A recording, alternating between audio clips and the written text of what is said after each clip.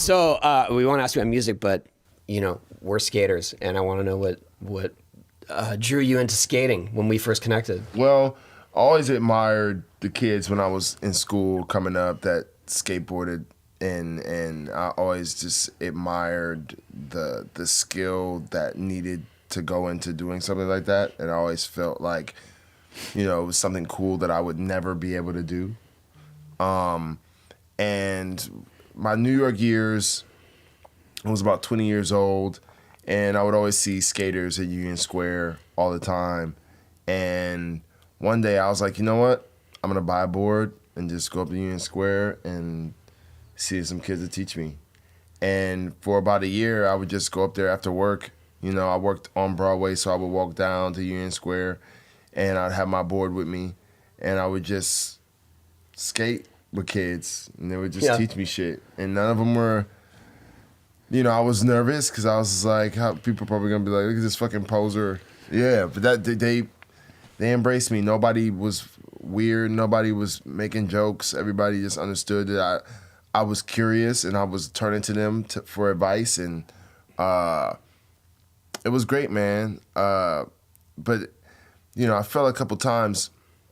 And I was out there in New York on my own. My mom lived in Cleveland, and, we didn't have much money. And I was just like, man, if I break something, my mom's going to be really pissed. No insurance. Yeah, like, she's got to pay these medical bills, like, and I'm all the way in New York, like, she's going to be pissed.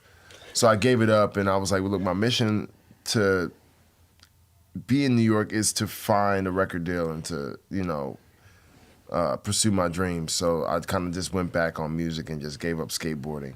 But then years later, I just kind of was like, man, I feel like you can learn this at any age, and I kind of already have the feeling of being on a board and these things. I don't really know tricks, but like I know how to, like, I just need to get back into it. It's like riding a bike, right? So that's when I called you, and I was like, look, I need the ultimate teacher.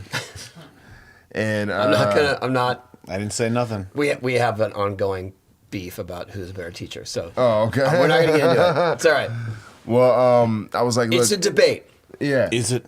Go ahead. I was like, man, this is like, I feel like he'd be able to, guide me, and, I'll feel safe and no judgment. And, so I hit you up on Instagram, man. And I just really was inspired to learn, Just real quick, every kid out there is just like, fuck you. Like, I want to get back into skating. I want to learn. So I DM'd Tony Hawk, and then he hit me up and was like, "Yeah, man, no problem. Hey, let's learn." Well, it helps for me to be a fan. Yeah, no, it really does help. Yes. Having Tony Hawk help you and take him, you can go to his skate park. That was fun. I do want to say though, that helps you be a better skateboarder. That's a good hookup. He did put in the hours. There's only so much you can do. But I'm just saying, going down to your local spot and be like, hey, kid, like, help me out a little bit. He might be able to help you. But I feel like calling Tony Hawk might be a little better. Just saying. Willing to put in the work and willing to take the slams. Yeah, because there's no way. There was one, I mean, we talked about it just a little while ago, but there was one where he shot out and went up as he shot out.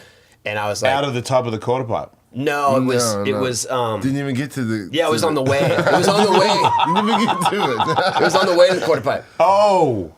Before he got there, just whoa, and then I was like, I'm behind him, and like, that's it, it's over.